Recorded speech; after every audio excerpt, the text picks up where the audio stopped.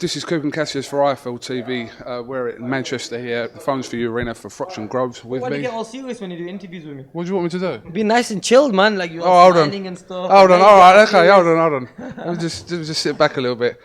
Kugan Cassius, IFL TV. We're in Manchester here for Froch and Groves with me. I've got my man AMIR Khan.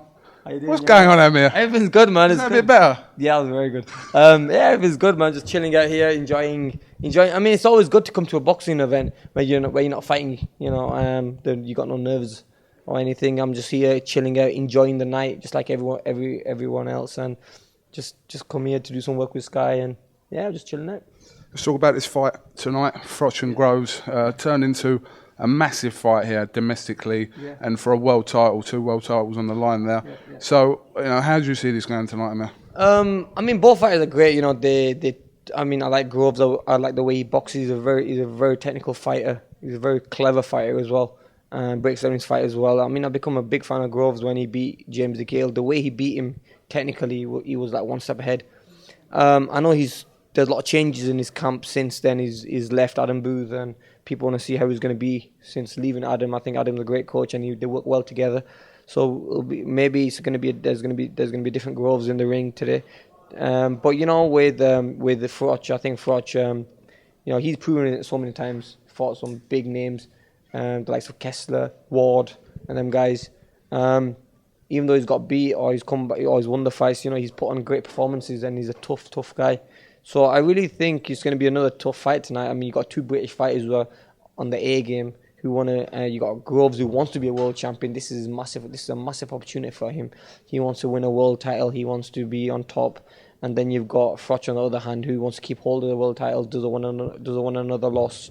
And so yeah, and you can see that they hate each other. I've been watching on the build-up that there's a lot of arguments between them, and on the face-off as well. They didn't really like each other. Put a lot of stuff being said there. But it's boxing, it promotes the fight. And I'm sure when they both get into that ring, they're going to be thinking about what they're going to do. I mean, you can't go into a fight thinking I'm going to knock this guy out or knock my opponent out, because that's where you make mistakes. If one of them does go in the ring thinking I'm going to knock him out and I'm going to hurt him, then I think that person who thinks that is going to be in a lot of trouble. I've made that mistake myself, going into a fight thinking I'm going to just knock this guy out. But you have to go into a fight with the game plan and stick to that game plan. So yeah, I think it's going to be a great night of boxing. I'm looking forward to the winner. Tonight also sees the return of Manny Pacquiao in a tough fight against Brandon Rios. How do you see this going? Is this sort of last chance saloon for Manny? If he was to lose there, he could quite retire, couldn't he? Not really. I mean, look, Manny Pacquiao is always going to be a household name. Wherever he fights, say he loses this fight, he can always sell out arenas. He's such an exciting fighter. Or he can fight in Vegas, he'll still sell out arenas. And people would want to fight him and want to watch him fight. And on top of that, he'll still get big pay-per-view numbers. Like I said, people want to see him fight. He's an exciting fighter.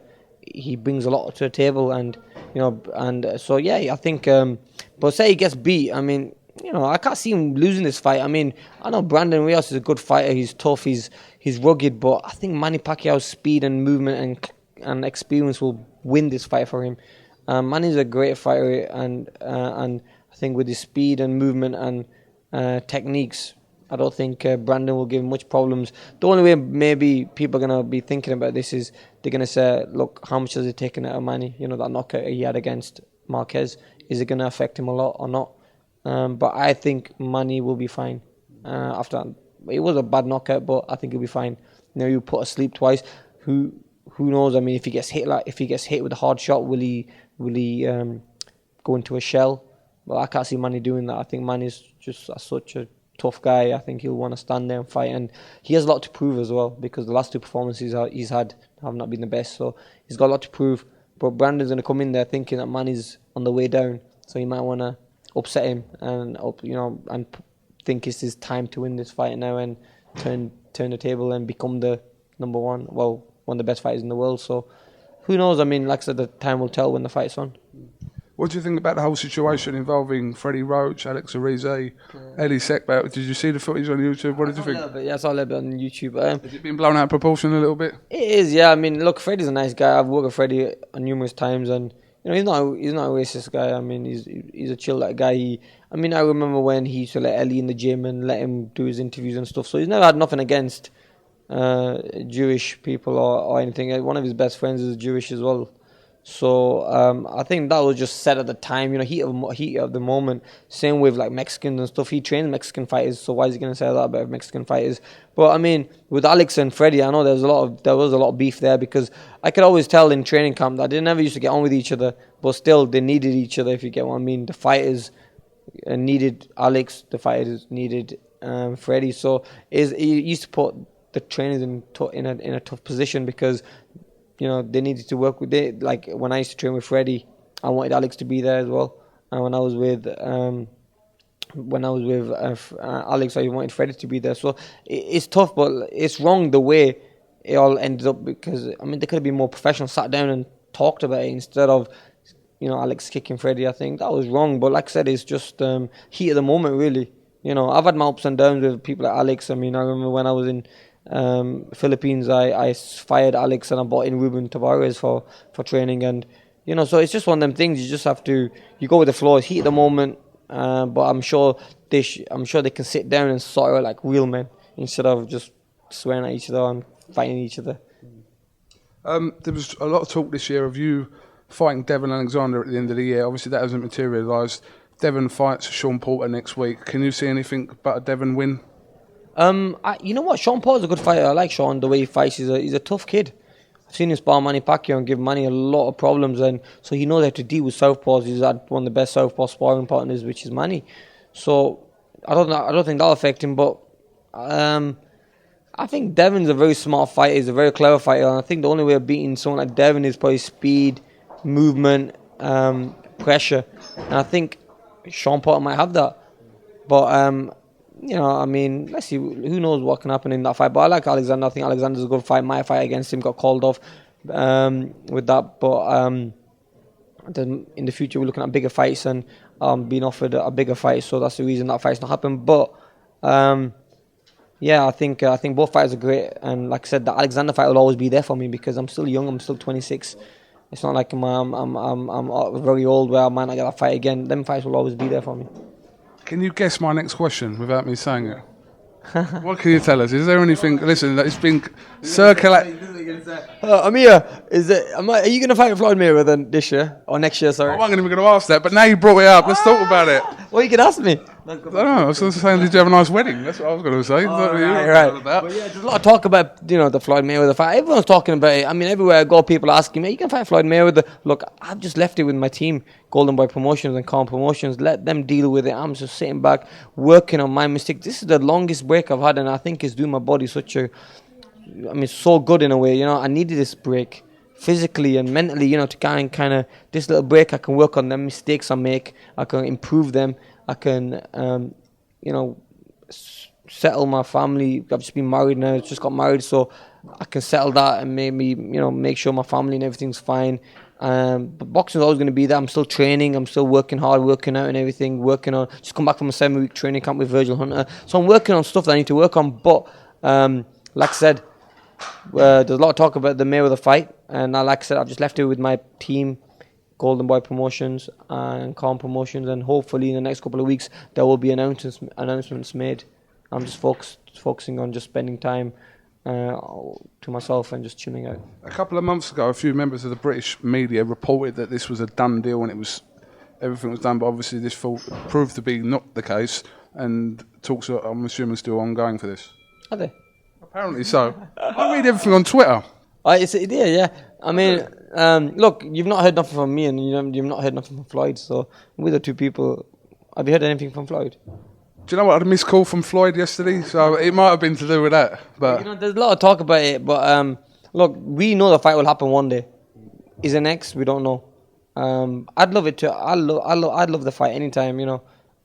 So like I said, I've just left it to my team to negotiate and talk, and left it to Golden Boy. Really, I mean, that I'm gonna stay away from. So while they're all negotiating, at least I can work on things I need to work on, and I can just do a bit of training here and stuff, working out, and spend time, have some Amir Khan time. Yeah.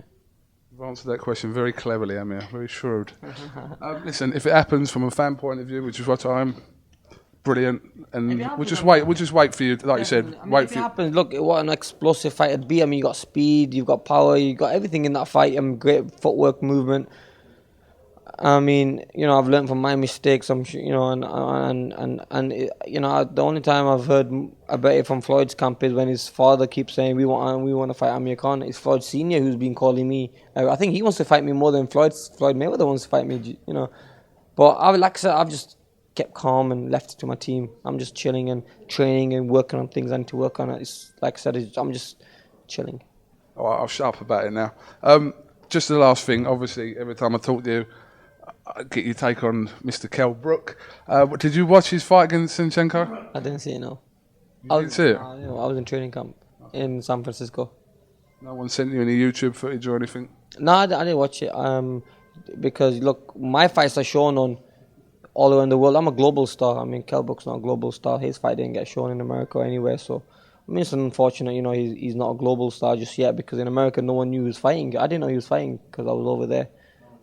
No one, yeah, exactly. So, like I said, we just and no one knows who Kell Brook is either. So, why are they gonna? I mean, I didn't bother about it. I was just working and chilling and training. I was enjoying the weather and do my thing. All right, well, listen, I'm not going to keep going on. You've had a good little session here, Jay. What's going on here? He's all right. He's all right. Listen. On a serious note, did Kell Brook fight the other night? Did he fight? Yeah. What happened in the fight? I know. Yeah. Kell Brook fought on October the 26th. I know you know Amir. I swear to God, I didn't know he fought. I swear. I'm being serious. I didn't know. Look, I got Ruben here. Ruben didn't know he was fighting. You didn't know he fought about a month ago today. I don't believe you. No, I swear I didn't know. Did he fight? Fought Zinchenko, full Frank KO. Shanchenko, the guy who Beat Hatton, yeah. beat Hatton, yeah. What happened? Full Frank KO. Yeah, but Shanchenko was done, man. Hatton, did you see what Hatton was doing to him? Taking him apart. I thought Kenny Brook was a model. That, yeah. All right, Ruben, stay out of this, man. Stay out of this. Yeah, I said, you know what he mean to me? You were getting Ruben. Hey, Kelly's here today. Kelly Brook's here, innit? Yeah, I think so, yeah. Yeah, Oh, listen, you can say what you want. This fight, if it happens between you and Kell for a start, is it Kell? See if you say Kelly. Kell? Kelly. Say No, hold on. No. No. Come on, man. Amir, Kell Brook, if it happens between you two next year, that's big. Sorry, what did you say? I said, if it happens between you at some stage and you and Kell Brook, the fight's big. From a fan point of view, I know what I'm talking about. That fight's big, whether you like to admit that or not. No, 100% it'll be bigger. Like I said, it's one of them fights that people might want to see, but like I said, at the moment it's not on my radar. So I'm just focusing on other things. All right. Well, listen. Thank you very much for talking to. Oh, we're going for the spuds. Yeah, man. Sharp today, by the way, man. You know me, I'm looking on. His belt. Oh, man, Send me one in my size. Send me one in my size. What's your waist? What? 38. 42. I've lost 3 stone, brother. What were you so- before then? Let's talk about this off camera. I've been training with Ruben, haven't I? So, you know, but listen, Has Ruben been putting you through your paces? we done a little bit of training the other day. I've done some work with. Let's be honest now. Let's be honest. You came to the gym. Okay, you came to the Haymaker gym. True. I was training. True. Booth was training. Adam was True. Yeah. David Hay was training. True. David Price was training. Again, true. You were wearing jeans, which is a no-no. True. It's frowned upon to wear jeans in a gym. Did I come to train or to film? I don't know. You were in there. You were on the treadmill with jeans. So were you on the treadmill? Yeah, he was on Yeah, the but treadmill. listen. As soon as he training. felt a little bit of lactic, he stopped. No. I said, what are you doing? This is your warm-up. He was on there for about 93 seconds, something like that. 104. Okay, 104. He stepped off because he felt lactic. And that was it. That was the end of the training session. Was that your training session? Good training session for me. I'm a reporter. Listen, that was even the warm-up, man, innit? That was even a warm-up because I've trained with Ruben. Ruben will put you through your paces, man. I'm telling you, you should do one session with him, though. Maybe it's too dear. All right, anyway. All right, this is Kugan Cassius, Amir Khan, Ruben Tavares, Team Khan's behind you as well. Send me a Gucci scarf in my size as well. I'm like a medium. Nah, man, Mr. Gucci's there. That's Mr. Gucci. Mr. I Gucci. swear, Mr. Gucci, he does all the... when I go out shopping and stuff, we have to close the shops down, like Gucci and all that, and or Louis V or whatever.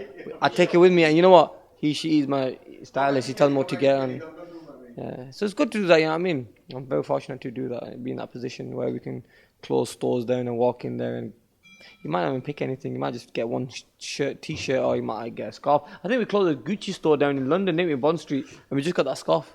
Just one scarf, yeah. And it wasn't even for me; it was for him. So, but it's nice that Gucci do that. You know what I mean? It's nice of him. It is very nice of him. Yeah. I'll do it for Who do me. you reckon about? Who do you reckon is gonna win the fight today? Between. Groves and Froch. I'm not going to declare this on camera. It's gonna be after the fight when you put it up anyway. I know, because I could get it wrong, but I'll tell you off camera because there's too many Twitter, YouTube nutters out there. Get on my case. So. Yeah, true. So we'll leave it there. So, can you just pick up my girl Letitia? Yeah, hello Letitia. This is Amir Khan. Just want to say hi. I'm here with Coogan. See, I told you I knew Amir Khan, didn't I, baby? See? First time we met, bro. Yeah, no. No, we know. She's let me take you out. She just said, "Do you know Amir Khan?" I said, "Yeah, me and Amir that's tight, a boy. You man." said me, Letitia, baby, give me your number, man. She ain't give me a number yet, man. Oh, No, Facebook, man. I What's thought you all said that she's about? a girl. That's not, you know, one of What's the them. name? Letitia. Letitia. What's the second name? No, I'm not going to search declare. You're I'm married. messing up. Coogan Cassius, Amir Khan here in Manchester for IFL TV. Thank you very much.